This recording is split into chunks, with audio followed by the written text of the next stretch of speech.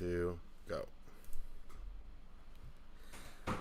What it do, what it do, what it do. It is your boy, Andrew Schultz, a.k.a. Mr. Goody Two Shoes. And we are back. Episode 27, and who's here? It's the old man Huggy, Joseph Huggins himself. How goes it? How goes it?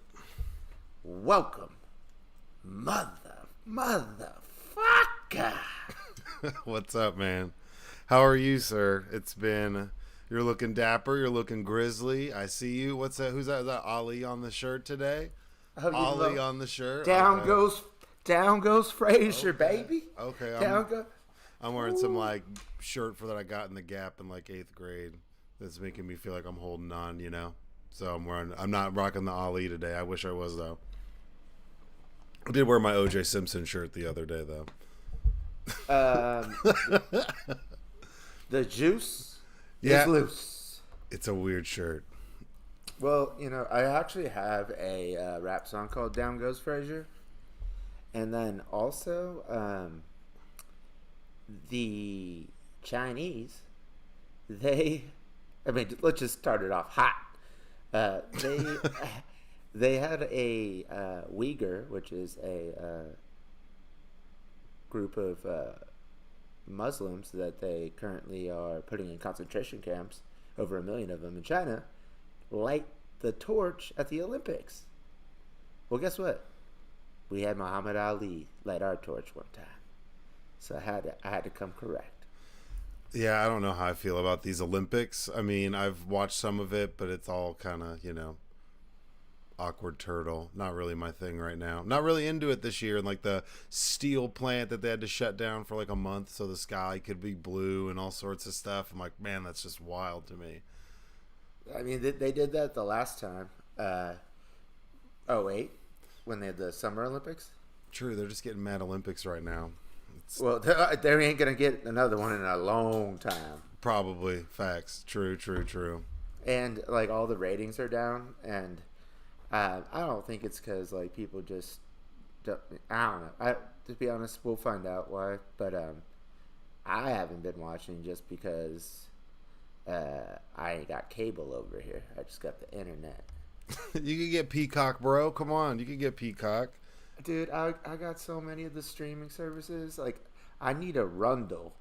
Sorry, man. A what?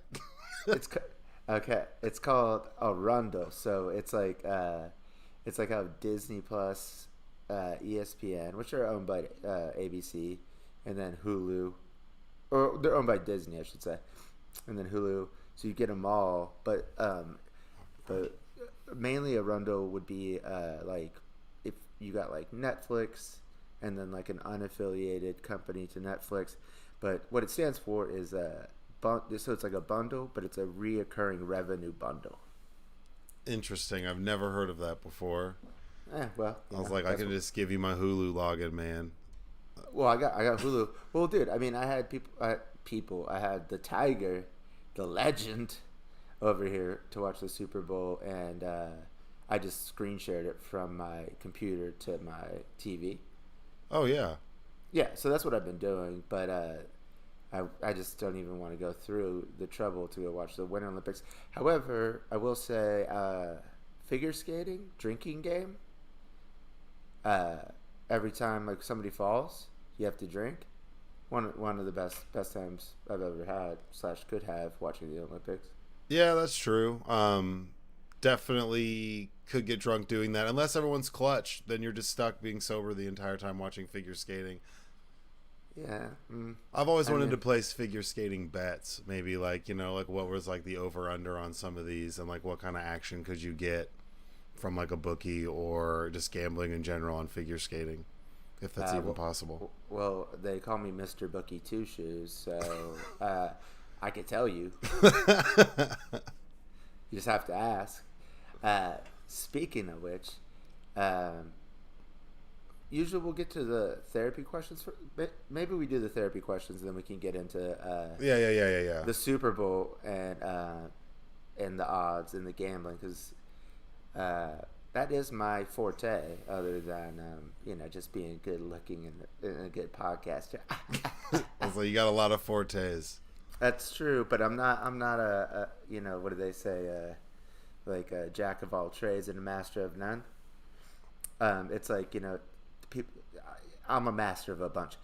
They say it's not a sprint, it's a marathon. Well, guess what? I sprint marathons, motherfuckers. All right. Well, then let's get right into the first therapy question. You don't think I sprint marathons? Oh, I'm not saying that you don't. I've seen you sprint a couple marathons. I had a roommate before I moved out to Santa Monica, and she would train for marathons and then like flex on how many marathons she's done. One of those. However, this person does not look like she's ever done a marathon in her life. I find out. Did I find out? The last marathon was when she was living with me.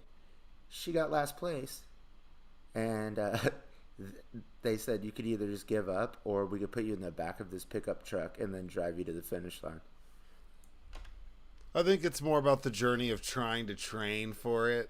I don't know. That's pretty bad. That's some to be last. shit. Yeah, to be That's last and get scooped up. Like you come in, they're picking up cones. Like you getting in or what? That's what was happening to it. The street's opening up in 10 minutes. You got to move. You got to get out of the way. Oh, goodness gracious. Great balls of fire. Okay. All right, ladies and gentlemen. Talk shit or get off the pod. Episode 27.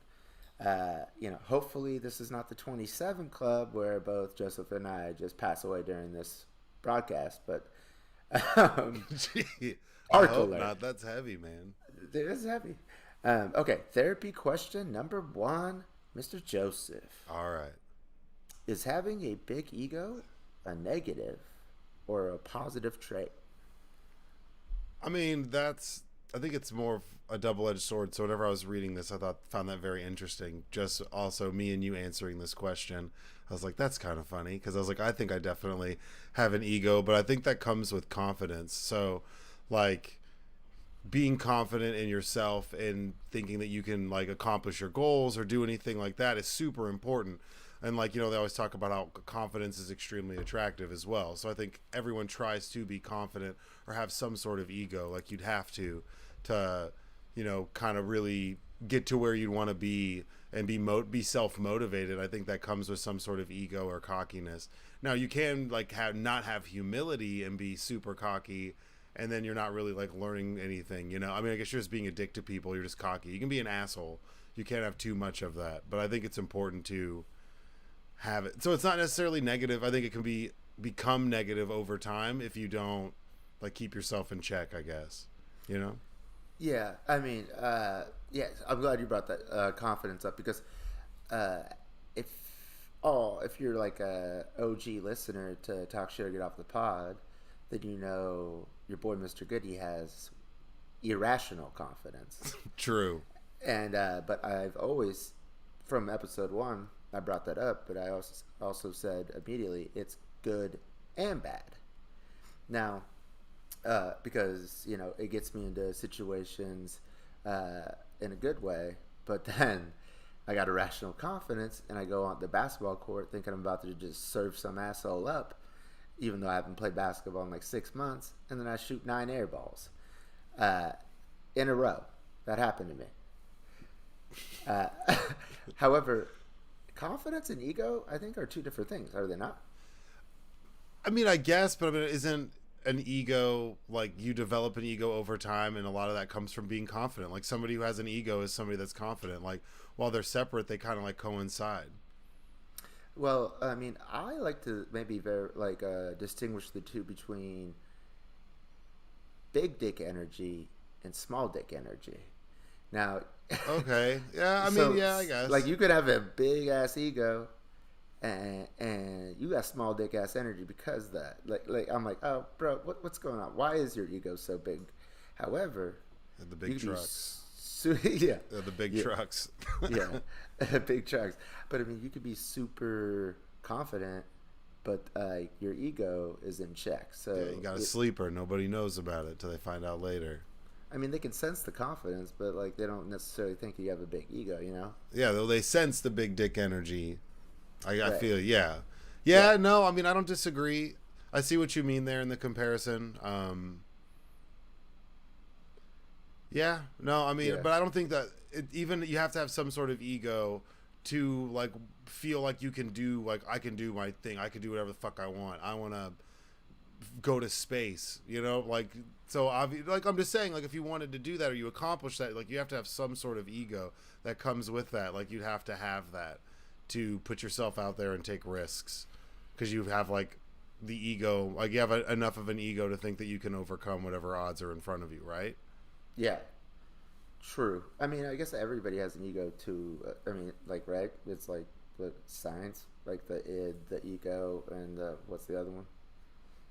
Yeah, no, yeah, Super ego. yeah, no. It's like, you know, whenever someone's like, "You don't know what I've been through. Don't give me that shit." Like that's some ego shit, you know. When someone trips on you and you're like, "You don't know what you're talking about." Like, "Hey, man, I know what I did this, that, and the other." Like, you know, it's like your rep or some shit. It's like Yeah. it's like your emotions attached to your reputation or some weird shit like that. Yeah. So maybe it's like a Venn diagram of confidence and ego, and like sometimes they, you know, they're the same, meet in the middle, but sometimes they're totally different. Yeah, no, I can agree on that. Okay. So a big ego. Are we decided negative, positive? No. Big ego. I mean, I think that can just become negative over time. It just, I mean, Yeah. it just depends on the person. You know, the wielder of the energy depends. It Yeah. really comes down to because if you have a big ego, but you're like, I mean, no, that was a bad. I was gonna say Joel Osteen, and I was like, that's a horrible example of someone with a big ego. Any I televangelist would be a bad example of a big ego. But you know, like there's some people who have big egos, and like, is it a bad thing? Like you could say that Elon Musk's big ego can like pisses me off from time to time and kind of makes him douchey. You know? Yeah, for sure. You, I feel like you're just triggering me on the Jamaican that I went out on the date with, who left me for the 65-year-old Oh because yeah, that's where we left off last time. did she she's really into Joel Osteen. What? Uh, What? Okay. she, not only is she a blogger, she's a motivational speaker, and he was either the first or second person that she like named as like one of her inspirations. And I was like, did you hear about like they just found $650,000 hidden in the wall at his church? And she's like, yeah, but people try to tear people. I'm like, so she wasn't denying that that was true, that happened, because it is true. But she did say something that was kind of interesting to me. What she was saying is like, maybe it wasn't him who did that. And I was like, are you fucking kidding? And then I like thought about it. I'm like, well, maybe somebody was like skimming off the top. That's a And lot then, of skimming, man. That's a lot of skimming. no, compared to like how much money that dude has. But to like put it in the wall and then like put a wall in it, like I mean around it, it was a lot of money. Around a toilet, and that's how they found it. Was No, the plumber. I know, yeah, because I know. No, I know, but for the audience, Oh, okay.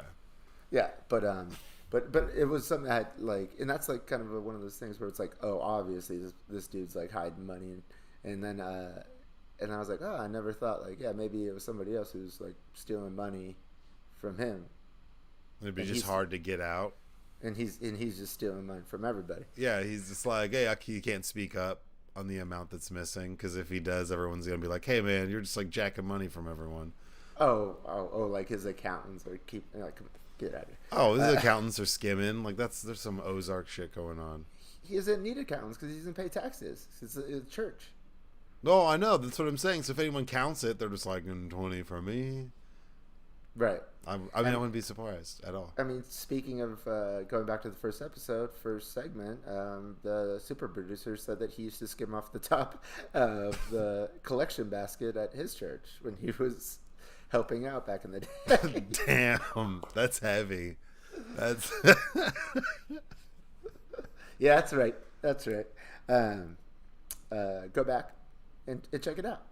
Okay. I don't know. We got all over the place there. oh yeah. Joseph, Yes. therapy question number 2. Okay.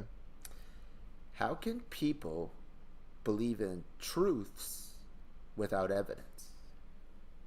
Okay, first we need to define I was looking at this one by truths. Like, what do you like by what do you mean by truths?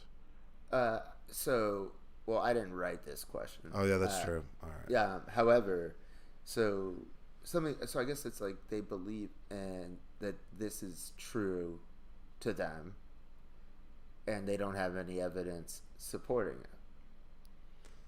I think that people might take something that's misrepresented as evidence or fact and then believe in it wholeheartedly in that way. So like apply it, like people who think that dinosaur bones are planted by archaeologists during the bone wars and it's all fake. Like that dinosaurs didn't even exist. To me, I believe that's absolutely ludicrous. But there's some people who firmly believe that based off of a bunch of BS science and a bunch of BS papers written by a bunch of quack doctors, right? But those people like exist because they just choose to believe it. I don't know. It's interesting, people's perspectives. So I think that people like want to, especially when people are stubborn. So like if they believe something and they've like stood by it and they don't want to like seem stupid later, even if they know they're wrong, they'll be like, oh no, I totally believe that. Like just for the sake of believing it, to be like stubborn as fuck and disagree. Well, the way I saw it was like it wasn't like that you got like some misinformation. It was like that they're like here I'll get those crazy people's back. Like I believe that there's like in the multiverse there's more than one universe. Okay. I have no evidence of that, right? Doctor Strange is a pretty good movie, man, and he's a master of the no, but I mean, yeah, I mean there's no like direct evidence that exists. True. Right. So I guess yeah. So I guess it's more like based upon information you've had throughout your life, then you can conclude something like without having any evidence. Like Bill Maher has like a segment on his show. He goes, "I don't know this for a fact. Yeah. I just know that it's true." So I didn't think about that until after I'd already put this in the notes, but I guess that's it. Well, I mean, yeah, I think that some people, some of it's common sense though. Like, like I don't have to like know that this is true. I just know that it's true. Like, you can come to your own conclusions. Like, and some people are better at doing that than others. And some people, yeah, like, like the conclusions that they come to aren't always the best. That's how we see some of have like, the whole thread of a Florida man exists because of people who make bad decisions, who think they're making right decisions, or they believe that what they did was true or right or whatever based off of some cockamamie bullshit that they've heard before, Yeah. I mean, you said that like on a previous podcast, it's like we were talking about China, and you made the example or analogy like a guy who is like punched somebody in the face 100 times, and then you see somebody coming around the corner with a bloody nose, like after going like first going around that corner with that person coming back with a bloody nose, you're like I don't know that he punched him in the face, but based upon all the knowing that based off the context clues, like based off I was good on the tax test and the toss test, baby. But yeah, based off of like what I understand from the situation, that guy probably punched him. I wouldn't believe you if you told me otherwise, because like I've seen it happen 100 times before, so why would this time be any different? That guy's lost the benefit of the doubt, For us, yeah. For you, based off not in a court of law or something. No, yeah, but based off of so like if a witness, that would be an interesting witness if that was a court case, because that witness would say like, oh, well, I'd seen him do it before, and there'd be a bunch of hearsay. They'd probably get impeached as a witness because you didn't actually see it happen. You're just assuming, and that's all hearsay, so you couldn't necessarily do that. I think it's called like a character witness or something. Yeah, I was like, I unfortunately dated a lawyer for quite a long time, and I think I got that right. Unfortunately. Ask George Clooney, man. He's dating a lawyer, or his wife is a lawyer, She's like, yeah, true, bet. Okay, facts. She's kind of a badass. Yeah, no, definitely. I tried to, because she's just like universally accepted at school. I tried to talk shit about her, like with my ex. and that didn't go well. Yeah, it shouldn't have. It shouldn't have gone well for you. She was like with with the latest Nobel Peace Prize winner too. Yeah, like how are you gonna talk shit about that person? I tried, and it just didn't work out. I like to challenge myself, but Yeah, no, that's fair. in my talk shooting habits, um, or I have to get off the pod. It's true. Okay, we'll move on to number 3. And final therapy question, ladies and gentlemen. Number 3, do acts of kindness have a motive? Absolutely.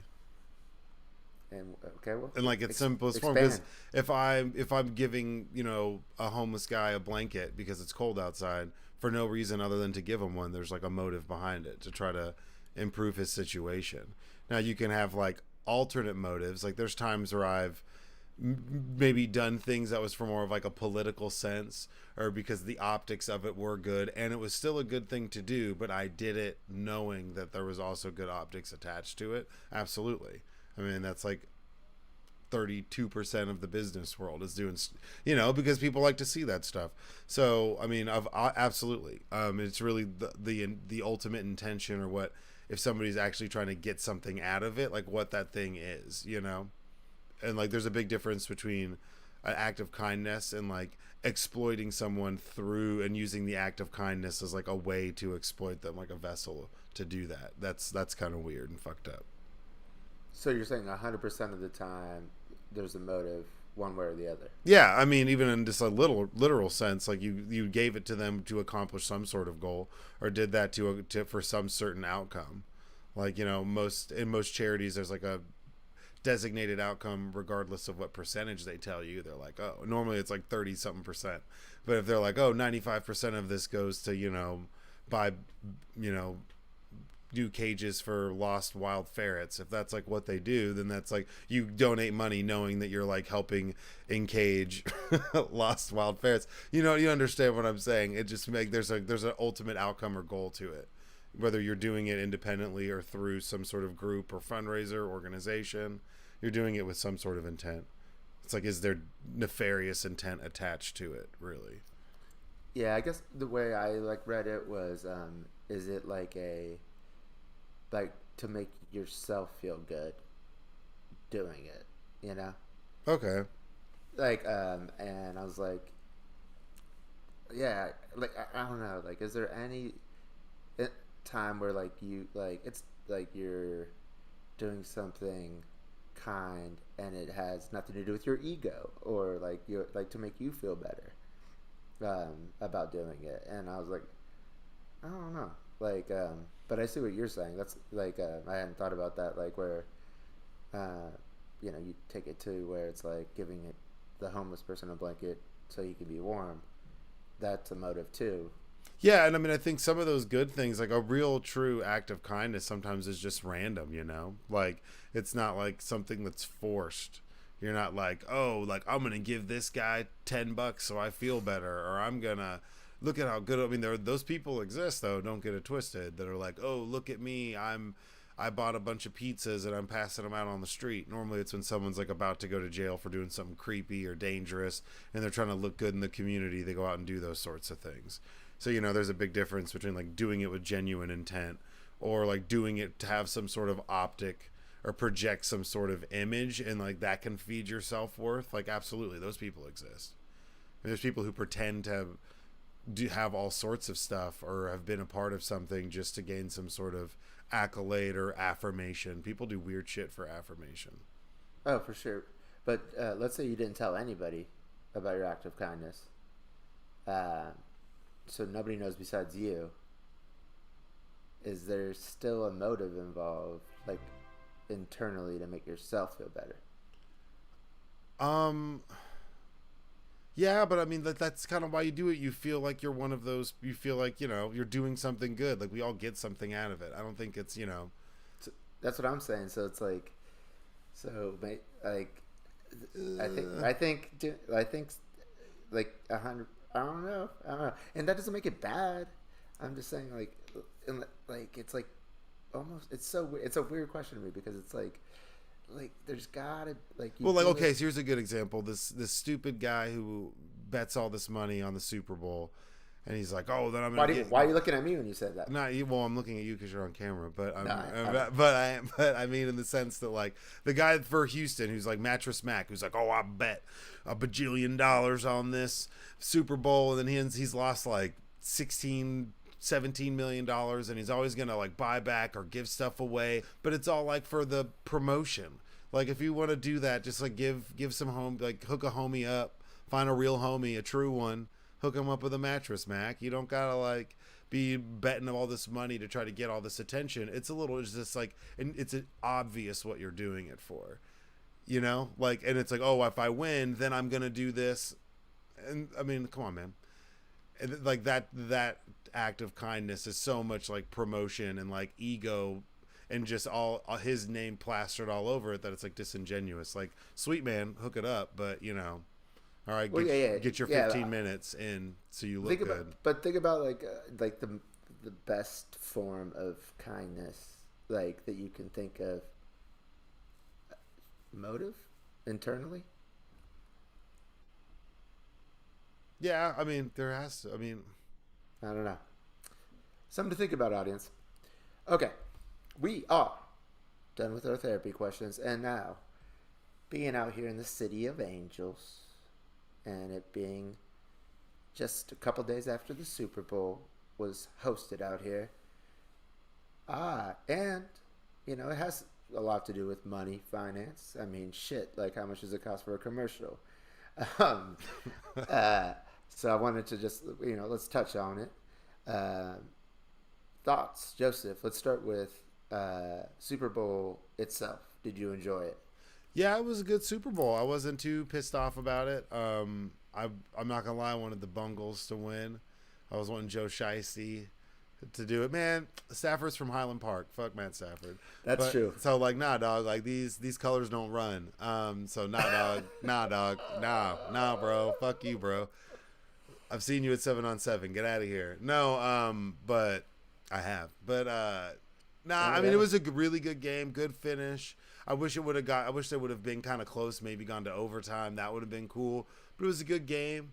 Halftime show was cool. I went to a really cool ex-NFL player and Super Bowl winners birthday party / Super Bowl watch party. It was really crazy. There was like hookahs out and all this amazing. Are we talking about a kicker? No. Defensive back. So it was a pretty good time. Won a Super Bowl. It's pretty crazy. So it was at this indoor facility. Had these big screens that were like massive, 2 huge like maybe 35, 40 foot tall screens that were like 50 feet long, posted up with like catering and all sorts of stuff. Open bar. It was a blast. But you had to wear one of his jerseys or something because it was his birthday. So I mean, hey man, I did it. It was all good. Act of kindness with motivation. See, but I went act of kindness. I went throwback, so I didn't go NFL. I went with his college team, which he appreciated. Yeah, well, you have to wear my jersey, or maybe that's the if I'm going shit. That's free, the ego it's shit. free Hennessy. If I said you can come over and drink free Hennessy all day, you got to wear this shirt, and then you can change later. You do it, maybe not for Hennessy. Yeah, that's weird. That's weird because my buddy, the Tiger, asked me during the Super Bowl, if he paid me $2 million to do a sexual act that I would not be into. He was like, "Of course you would do it," and I was like, "Nah, I wouldn't." And he's like, "Everybody has a number." I was like, because we were talking about, this all started from buying a football team, and I was like, I don't think that should happen. Like, those teams don't come up for sale. Like, and in the NBA, like, they were selling some of these teams for like $600-400 million like 10 years ago, and I think everybody's kind of realized like, shit, there's only 30 of these. In the NFL, it's like I don't know, like, how do you sell one of those? But then it leads to, well, everybody's got a price, and then he comes up with something that I would never do, and then he's like, and then he says like $2 million, $3 million. I'm like, no, out of principle, I wouldn't do it. He's like, bullshit, and I was like, yeah, I wouldn't. Well, I mean, I can't. I don't know what it is. We probably can't discuss what that act would have been. What are you talking about? This is talk shit or get off the pot. True. I mean, I don't know what it is. $2 million is a lot of money. But I can't. I can't say to what. I don't know. But I know you are a man of integrity and high moral standards. Like, he was. I was dead serious when I was like, "Fuck you, dude." I was like, I wouldn't even entertain it. Like, just like, don't even. Like, keep naming a higher price. Like, it's the whole principle of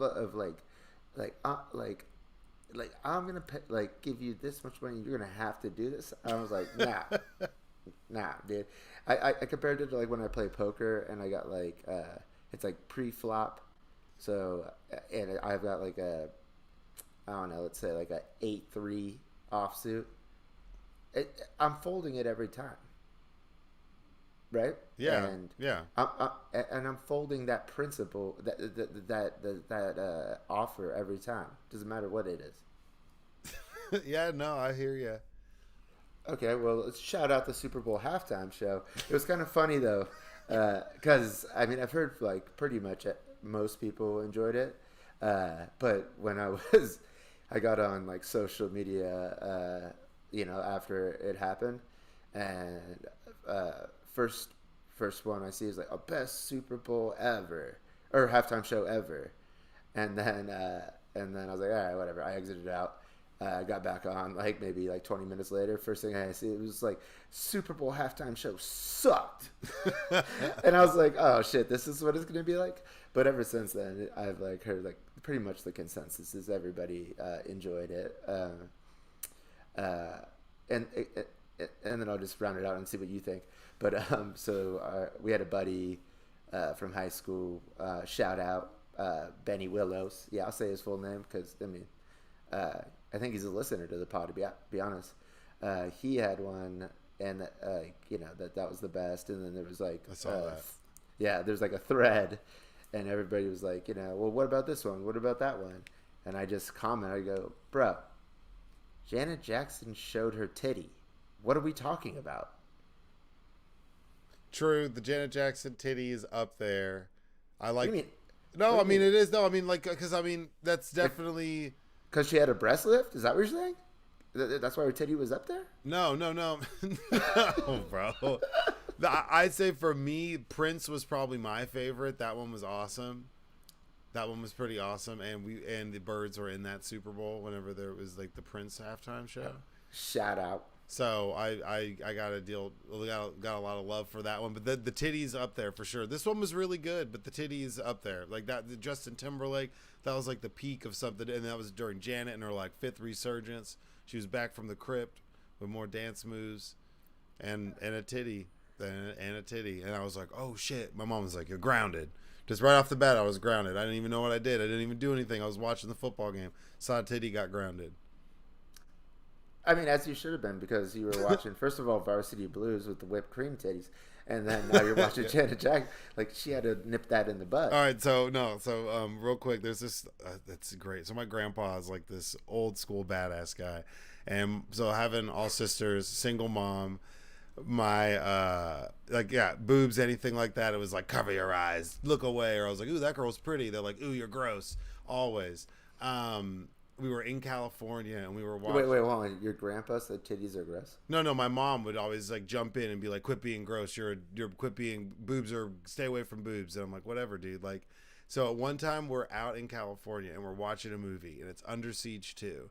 We're watching Under Siege 2, and that's the one where Steven Seagal's a cook and he's on the train and he's fighting. I think he's fighting like the guy who's running for senator or win senator in Succession season 2. This is like much younger, and he's a maniacal guy with a satellite, and they show how this satellite can zoom in. So we're all sitting there. It's my grandpa, my mom, all my sisters, my grandpa's in his chair, and we're all sitting there, and there's this part where they're like zooming in on this thing and they go onto this topless beach, and this chick rolls over and it's just like boobs right there on the screen.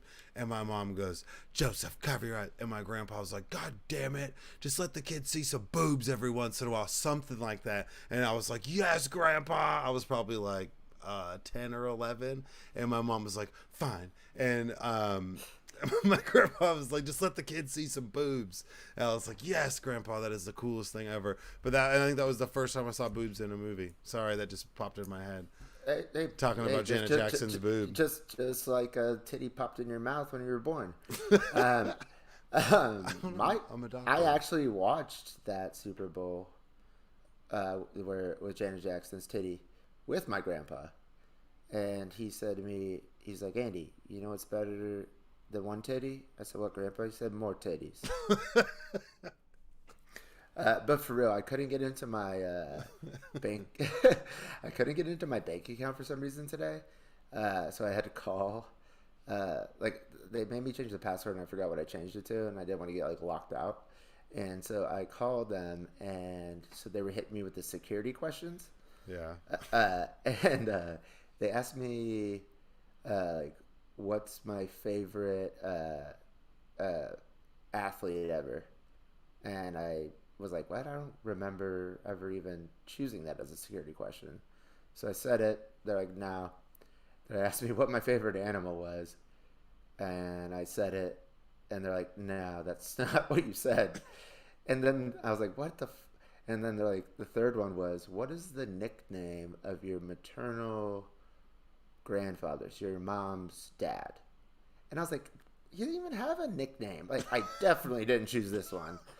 Like, and it got like escalated, and I got to figure it out. And then I had to give them a bunch of new ones, like security questions. But I was like, was I drunk like when I was setting this up? Because like, and then I wanted to ask her, what did I say was my favorite animal?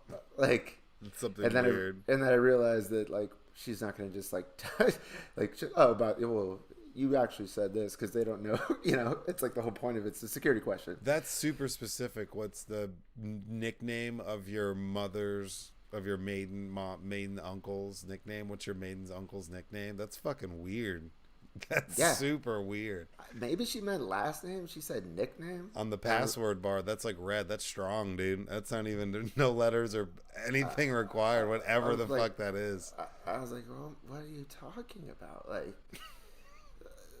but well, we cleared it up. Your boy got his cash, as I do.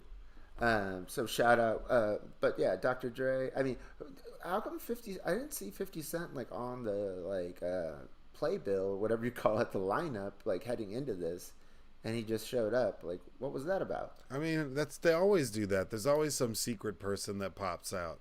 They're like, it's pissed? 2 Chainz, and it was cool they had Kendrick. It was like, yeah, you can't do it in L.A. and not have Kendrick there.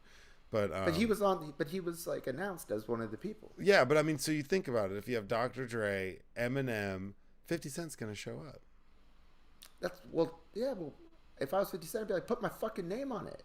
No, I think he wanted to be a surprise and show up like all upside down and looking so uncomfortable. That was pretty dope setup though, and I liked that I saw Snoop smoking on that blunt before it started. Did you see those pictures where he was like crouched down, like ripping on a? Yeah, did you not see that? So people caught him on like puffing like out there. Why does he have to be crouched down? Well, I mean, it's the NFL, man. You know, they gotta keep it PC, family friendly. It was before. It was like during the commercial break. Like he was like just leaned over puffing on a blunt. I don't think he can puff a blunt on stage at the Super Bowl. Some people might be more offended by that than they were Janet Jackson's titty. It's Los Angeles, baby.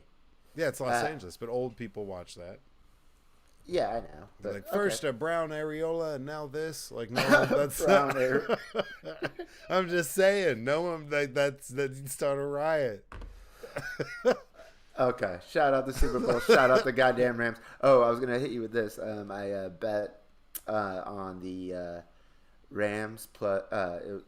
So the spread. This is like 9 a.m. Super Bowl Sunday. Me and my boy Figure A. Also shout out. His rap name is the Bad Man. I might have called Joseph the Old Man Bad Man in the beginning of the last episode, and he was offended. Oh damn! Sorry, man. I didn't know that. So sorry, bro. Well, to me it was like I was saying old man, and then Bad Man just rolled off, like my tongue. And he was like, how are you going to give him the nickname? I was like, I didn't give him the nickname. So anyways, shout out Figure A. Shout out the Bad Man. Joseph's the Old Man. We're good. But me and the bad man, we have literally bet on the Super Bowl for decade plus, and we always win. So we're deciding. We're both torn on this. Like, who's gonna win? We don't know. We usually bet on the underdog. We usually come up. So we're in LA. So we choose, and we don't usually bet the spread or anything. It's spreads 4.5 for the Rams, right? I'm like, I guarantee you this is gonna go down to 4 once the wise guys drop the money on it. Like right before the game. So we go back and forth. But anyways, we decide to go Rams with the spread, but then we buy a 1.5, which is the most you can buy. So we bring it down to 3. And then I wanted a little bit more action on it, so I went on my own and bet Rams by 3, parlayed with the under, so I had to be under 50 points total. Yeah. And as I predicted, the spread went to 4. Had we waited, we would have had it Rams by 2.5 and won. Instead, we pushed, so we just got our money back. And then my parlay, luckily they pushed the 3 but then they paid me out for the under 50. Okay. So I'm in a little bit of scratch. Okay. Yeah. All right. Well, let's move on to the topics. Gambling with Andy. That should be a whole section, a whole segment, Dean. Oh yeah, you don't even want to hear about it, man. There's like $30,000 have gone through my fucking poker account. That's right. Come find me, FTC or whatever, whoever regulates that, in the last 31 days. Okay. I've deposited, I think, a total of $200 in the last 3 months. Damn. I didn't even understand it. That's in the last 31 days, 30 G's. I'm like, what the fuck? I need to get a job. Like,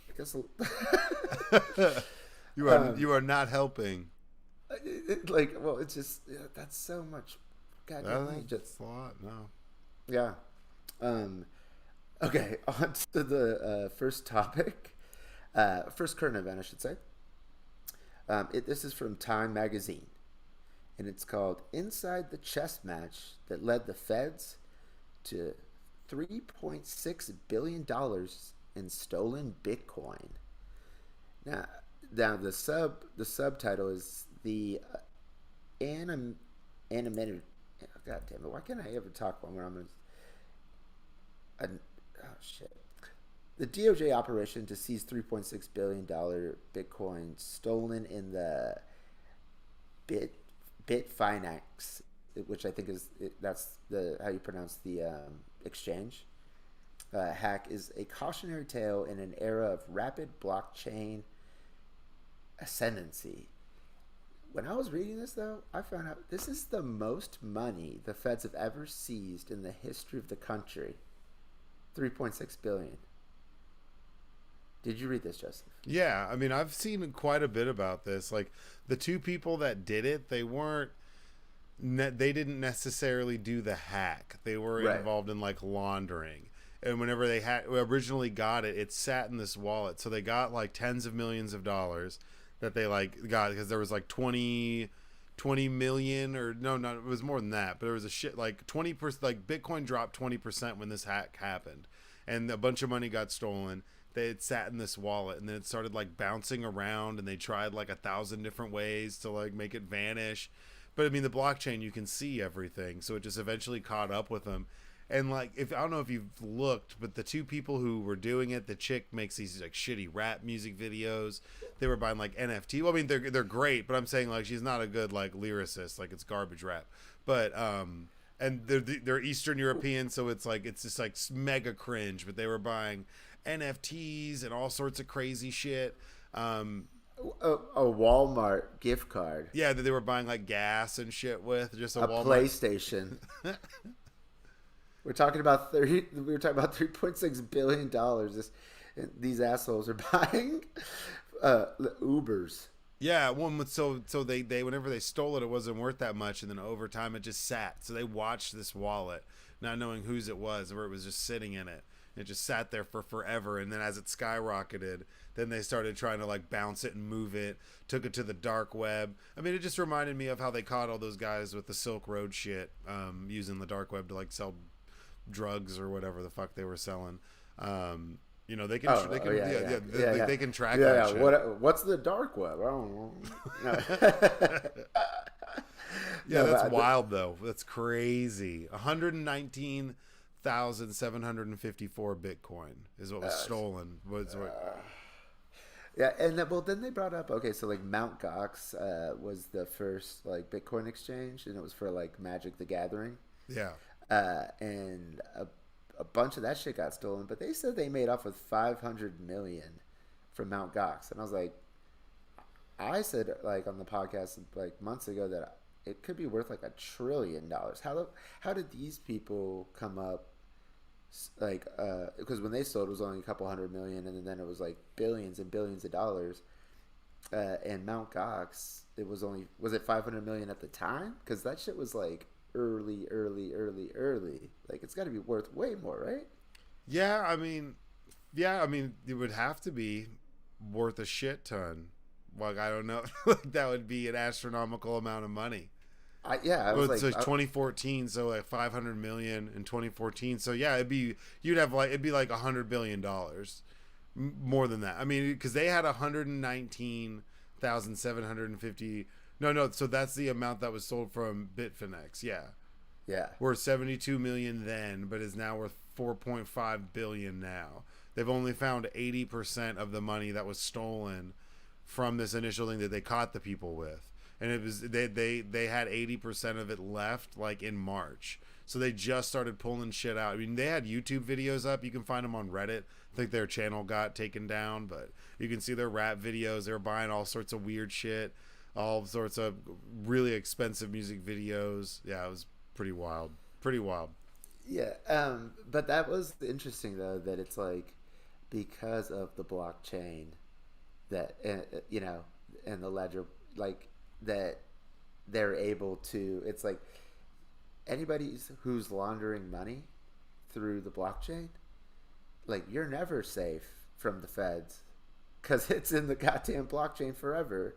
And you know, yeah, they'll just go back in time and like track it backwards and just see like where it went to where. So as they kept trying to do, they said they had like bots that were doing these microtransactions for a while that would pull out little amounts that would be like too small to notice, like try to do stuff like that. But they can still see it later. If they're looking for it, they'll see it. I know, it got me fucking worried. I didn't bet on the Super Bowl. What are you talking about? Yeah, true. Definitely not $30,000 on poker. Okay. Yeah, so if y'all trying to steal money via crypto, don't. Next topic, Joseph. This is from Bloomberg Business Week. There are now 1,000 unicorn startups worth $1 billion or more, which seemed kind of redundant to me because the term unicorn means that you've raised over $1 billion pre IPO, initial public offering as a company. And then almost a decade after the term unicorn was coined to describe a rare breed of private company, about 2 new companies are joining the herd lately. Now, before we get into the article, I heard there was, whatever the number was in 2021 of companies going IPO that were considered unicorns, meaning that they raised over $1 billion before they went onto the stock market. I think it was 60 or 50. Yeah, 60 of them. 52 are below the price that they entered the stock market at. That's not surprising.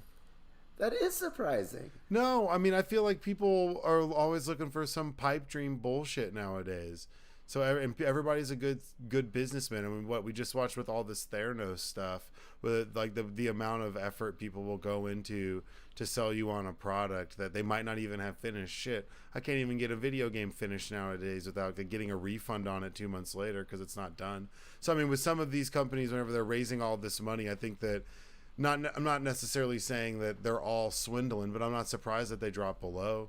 I mean, especially with the validity that we had last year. I mean, for them to be below what they entered at, if they entered last year, that was a shitty year to enter. Or the past 2 years has been a shitty year to go public. I mean, let's be honest. Everything brought it up. I don't know. Like all the stock market's been doing is just hitting record high after record high after record high. Well, no, now yes, but I mean, so the bounce back, yeah. But I mean, if you went public in like January or February of 2020. Like that wasn't like fantastic for you. True. I was just talking about last year, but yeah, you're right. Yeah. I'm looking at like a 2-year window, but yeah, no, in the past year it's been great, which is good. Except for not for these people. Yeah, I know, and it's a lot like a lot of these companies I wanted to short, but like whenever a company goes public, they don't let you like short them right away, which bothers me. So yeah, I don't know, like we talked about it in the year 2007, so like pre like recession or anything, like peak of everything, there was one company that was a unicorn, and now we have 1,000. Yeah, that is crazy. That graph that they have is insane. It's so stupid. It's like people just, what it was? It was like they stopped like it wasn't the fundamentals anymore that people were like funding, and maybe it's a lot because everybody's got new money up in Silicon Valley, so they just want to just like throw it out. Yeah. But it's just like they're like more like so anybody. Well, first of all, Theranos never went public. But I'm just saying, the amount of funding that she was able to get and selling people on the idea that she was doing this shit. Yeah, it's the idea now that people are investing in, as opposed to like do y'all actually make fucking money? Or like Enron, was Enron public? Yeah, I think so for sure. Yeah, Enron. That was so long ago though. Yeah, but I'm just saying that's another example. I mean, they were just like fucking people over, and they had a baseball park, and now it's like Minute Maid or Rocky. But they were cooking the books, so people were looking at like the actual books and being like, "Oh, this company makes a lot of money." Oh yeah. Versus like nowadays, it's like, "Oh, they have a good idea. I don't give a shit if they make money." It's like, wait, what? Yeah, well, I think like I said, I think people are throwing money behind like ideas, some that aren't like completely fully formed. So then, if they go public right off the bat, or if they just when they go public, they realize that they have stopgaps or issues, and then like overcoming those, like people. Like your market value is going to drop. I mean, if you get valued at $1 billion before you start, I mean, like it's hard to like maintain that or grow on that. That's I don't know. Would you rather be valued at $1 billion or be valued at $500 million or like $500 million and have room to grow? Well, I mean, we've talked about this before. Like usually when you go like IPO, like the day. It's like the opposite of negotiating, where you're like if you're going in to negotiate your salary, you always say like a higher amount than you expect. But when you're going onto the stock market, you want to say a lower amount than you expect, because then you get the bump. Yeah. And then it looks like it's like, oh, this is a good investment. Look at it's going up. But I don't know, dude. I had this company, that. They tried to hire me just a month before I got laid off, and I said no. But they had 3 rounds of funding up in Silicon Valley, and they were worth like $4 billion, and they were going to give me shares in it. Yeah, that's my irrational confidence. Like, nah, fuck off. I'll get a better job. which it could happen. We're in the works. I got an interview Friday. Okay. Something crazy. Get it, King. Get it. Can't stop, won't stop. That's right. Okay. Along the lines, staying with the stock market, our next one, also from Bloomberg Business Week, how did Wall Street get Meta's earnings so wrong. So now, if Meta, Facebook, they changed their name. I'm sure everybody's heard. However, they just came out with their earnings report at the beginning of this month, and there's all these analyst funds where they're like their job is to let big investors know whether something's like a buy, a hold, a sell, and like I think it was like the top 15, I want to say, of these analyst firms that do this, all said that before the earnings report came out this month, Meta was a buy. And what happened? And there was only two that said sell this shit before the earnings report comes out. And what happened? Biggest drop ever in the history of this company. 26% down that day. I think they're down more now. They lost 200, Facebook, Meta, whatever you want to call it, $215 billion in one fucking day.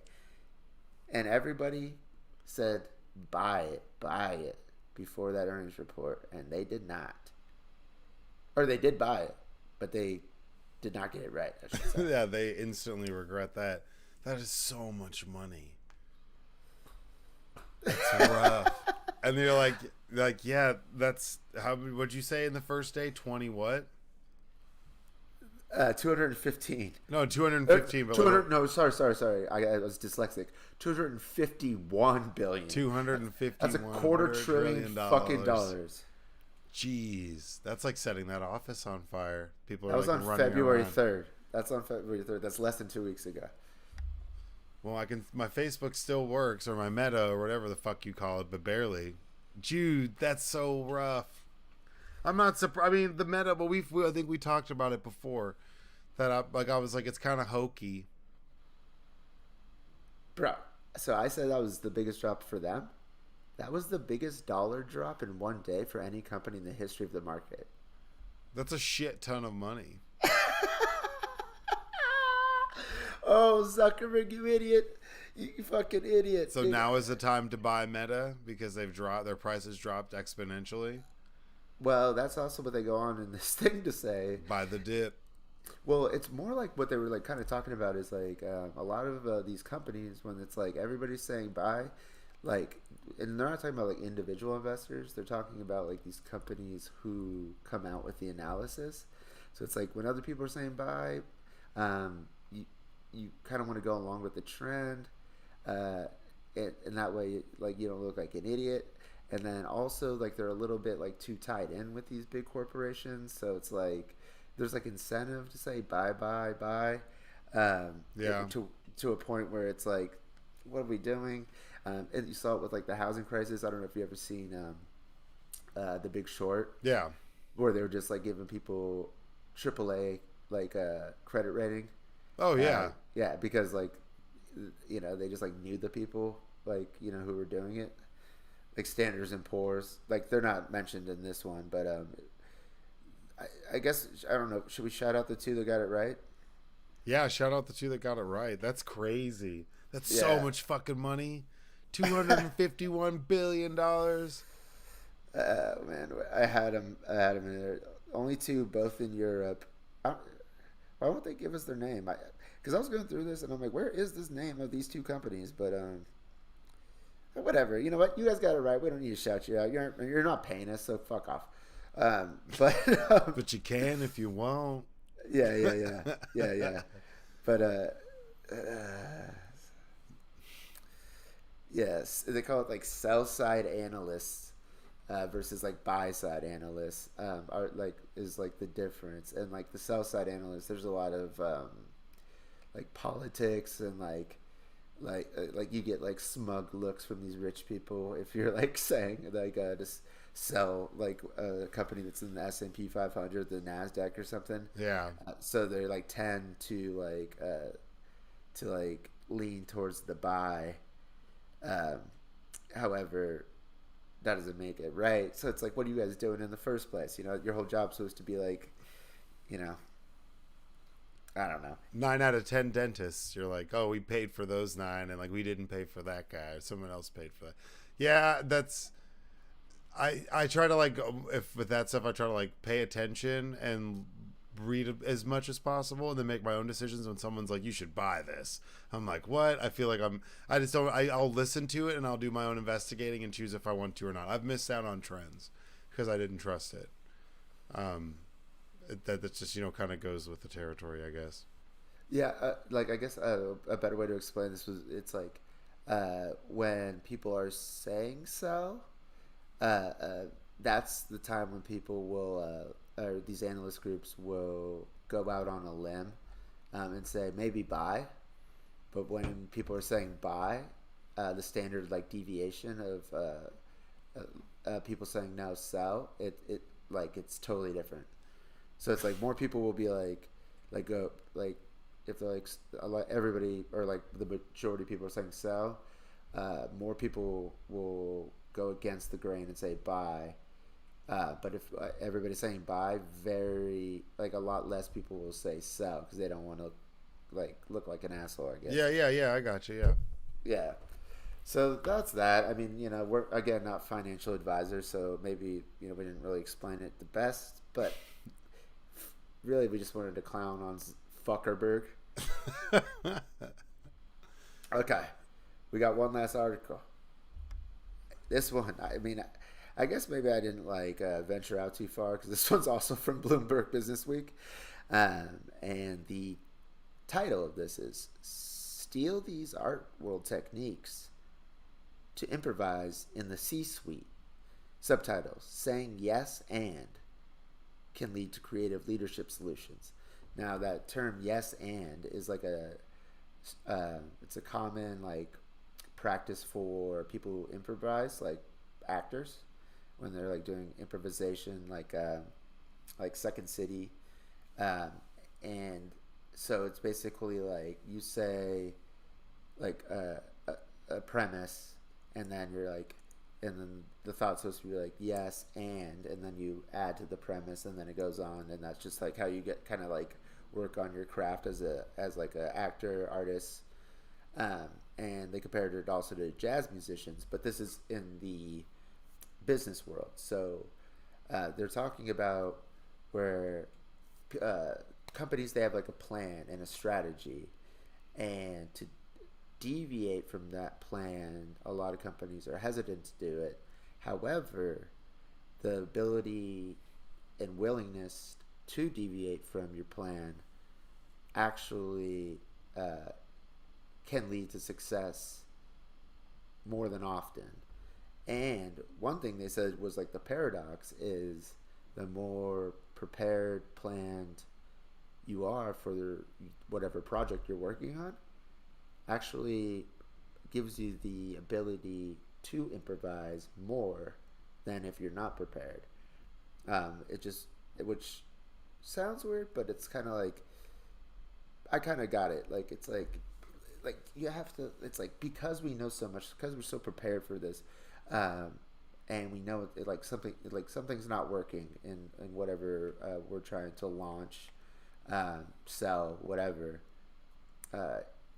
You need to be able to be like, okay, well, let's take a different approach on the fly. Yeah, I mean, I think anticipation and preparation are a huge part of like life in general. So I'm actually working on planning this huge event, St. Patrick's Day, downtown D town. It's this huge, like tens of thousands of people out and about, and it's not till mid-March. And there's a lot of structure to it and a lot of planning to it, and they've done it for forever. And I've done large events like this before, and you can only prepare for so much before there's like some sort of unexpected thing happens, and you have to give yourself the flexibility to see through it, because it's not going to go exactly how you plan it. Like, it's not like I just need to make sure I have the right supplies, I have the right stuff, the right people in the right places, because there's going to be some sort of improvisation that comes with it. Like, it's inevitable. It's never going to go as planned. Our lives up until this point, for some of us, haven't necessarily gone as planned. So what makes you think everything else is? That's like naive to think that, True. Let me read the 5 elements from the article. specifically because the first one, I live my life by, be present. But be present and focused in the moment so that you know exactly when to improvise.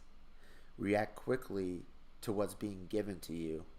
Be aware and adapt to how people around you react to your improvisation. God damn it. Improvisation. That's how you know if you're moving in the right direction or if what you were saying is not well taken. So you might improvise and then everybody's like, well, I don't know, bro. what a douche. You're like, what the hell, man? I'm sorry, guys. Yeah, so I mean, yeah, you could be wrong, but like, so just like read the crowd. Practice being a good communicator across the board. Choose the right words so that everyone understands what your improvisation.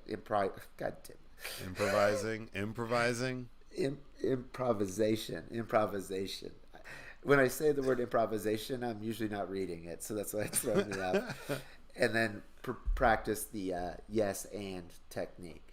So jazz it up in the boardroom. Jazz it up, yeah. And like they're saying, yeah, like great projects of like music and stuff like that. Not even just jazz. It's just like when you're creating something, it's like you don't, it's like you're in the studio, it's like, oh wait, this is actually like this one time I wrote a country song, got in the studio with my buddy.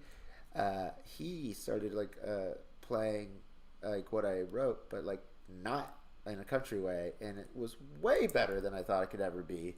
And so like that's kind of an example. It's just like, okay, well, I had an idea, but this sounds better, so let's move in that direction. That's like, I mean, we've discussed ideas before where we were like coming up with creative projects, and I go on like a 20-minute tangent about some weird idea, and I'm like, hold on, I have to write that down because I might forget it for forever, and then it's like, okay, next one. So I mean, I think that's part of the creative process. So I think a lot of people are afraid to speak up, especially in like some corporate office setting. They don't want to look dumb, but if you have a good idea and it's, speak up, say something, improvise. Yeah, and yeah, especially if things are part of the plan that you had originally don't seem like they're really working. Yeah, solution oriented. That's what I always say. I like they're solution oriented or problem fixated people. Anybody can yell, "Oh my God, there's a fire!" But there's always one person who's like, "I'm gonna call the fire department." Like I'd rather be that guy than just like point and be like, "Oh my God, a fire!" Because that you're not helping. Anybody can do that, Yeah, or just how about go put the fucking fire out? Hey man, you're not supposed to do that. I'm CPR certified. I mean, okay, so you're CPR certified, so that means you're qualified to put out a fire. Yeah. Okay. All right. Didn't know. My bad. Well, I mean, are you CPR certified? That's what I thought. Don't test me. I am CPR certified, actually. Thank you very much. Forgive me, and I think mine, because it's lasts for 2 years, so maybe I'm not anymore. I don't know. Yeah. But I've had to use my CPR 3 times in settings when I was CPR certified over the last 2 years. One person was having a stroke, another person was having a seizure, and another person was choking. Holla at your boy. Damn, that's rowdy. I've only used my CPR skills once, and that's whenever a friend of mine post young, well, I guess like shortly after high school, ate a bunch of hallucinogens and fell in a pool, and I had to give him CPR. Yeah, it's a whole nother story for another day. But yeah, that was probably, and that's the one time I had to use my CPR certification, was to resuscitate someone on hallucinogens. It's a good time. That's crazy. Yeah, it was pretty nice. I'll tell you that story off air. There was like 20 people there who witnessed it too. It was wild. It was like the craziest thing I've ever done, probably. This is like a little bit dark, but to end on something positive, and I'll start. And along the lines of what you were saying, remember how like people used to push people in the pool all the time? Yeah. So I'm coming back from like a crazy club called like Bourgeois, and it's like a sex dungeon, but like club in San Diego. Where do you find these places, man? Where do you? Dude, like I went with my buddy. His girlfriend worked there. They had like a wheel that they would tie you to and like put a mask over your face. What? And like they would like whip you. So he gets tied to the wheel, doesn't know his girlfriend's coming in there, and she is beating the shit out of him. And Jesus. but that was not what I was going to say. So we leave the club. We're going to the after party, and we go into the back, like where they have like a guest house, and there's a pool, and I'm like, oh, I'm gonna go push this girl into the pool, and for some reason, and it's like really dark out. For some reason, I didn't. Like, so I got distracted for a half second. Pool was empty. Oh my God. No Dude, way. I was about to push somebody in the deep end of an empty pool in the dark. Oh And my gosh. could you imagine? That would have been life changing. Yeah. Wow. Such a dodge bullet. And then Well, just like that, yeah, dodge a bullet. It's like, thank you for not being a dick. And that, but we just used to do it so freely before cell phones. yeah, And no, I know. I'm just saying that's crazy. Like, cause like So to do crazy. that's nuts. Oh And then man. another time, this was being a dick, but thinking I wasn't. I knew there was water in this pool. I asked this girl. I go, hey, so and so. I know her name, but I just don't want to say it. I was like, hey, can I see your phone real quick? Because I didn't want her phone to get wet. She gives me her phone, and then I push her in the pool. She had like a full-on, like, super nice camera. She was like a photographer in her pocket. Oh my gosh. So don't push people in pools, y'all. So one more pool thing. So my dad like had this really weird old house in Waxahachie, which is this like bumfuck town outside of Dallas. I mean, I guess it's not anymore. They're growing. It's getting bigger. But when my dad lived out there, it was a bumfuck town. He had this old house, so he put it in this pool. And he's building this pool, and it's got like a step area, and it's got a diving board, and then there's like a little lounge area and like a little spa jacuzzi thing. And as he's building it, I'm maybe like 13 or 14. I was like, Dad, your pool looks like a dick. He was like, no, it doesn't. It doesn't look like a dick. And I was like, nah, dude, like that pool you're building looks like a giant penis. And like I could never prove it to him, but it did. Like the steps were like rounded, like on both sides, and they were parallel. So it was like two semicircles, and it went up into this big semicircle where the diving board was. And then like Was Bezos making this? no, I mean I don't know, but it was ridiculous. And then like the hot tub spa thing was like up. It looked like a third ball, or it would be like the butthole, because it was weird. And then this last Christmas we're hanging out, and I'm like, Dad, I need to show you something. And there's Google Earth, so you can go on Google Earth, and there's this massive pool that looks like a huge penis, like a massive dick. And I showed it to him, and he was stunned. He was like, oh my God. I was like, I told you. He's like, that pool looks like a giant dick. And it's like someone still has it. Like it's too big to get rid of it, but like a giant penis pool. There's like so sorry, you said dick and pool, and I just think about. I mean, my penis is too big to get rid of too. Like like they took me to the brists, and they're like, yeah, we don't even know what to do with this dude. Like, I don't even know what to do with it. hey, but mazel. Yeah, but muzzle. Okay. Before that we get into any more trouble, I'd like to shout out the old man Huggy. Good times all over the place as we are. Appreciate it. Episode 27, Talk Shit or Get Off the Pod. You have anything else? Yeah, thanks for, it's been fun. This has been great. 3 weeks in a row. For everybody in my IRL or in real life, like my stuff's starting to stabilize at the old occupation. So we'll be actually having like a set schedule, set time here in the next like week or two. You'll be seeing it'll be consistent.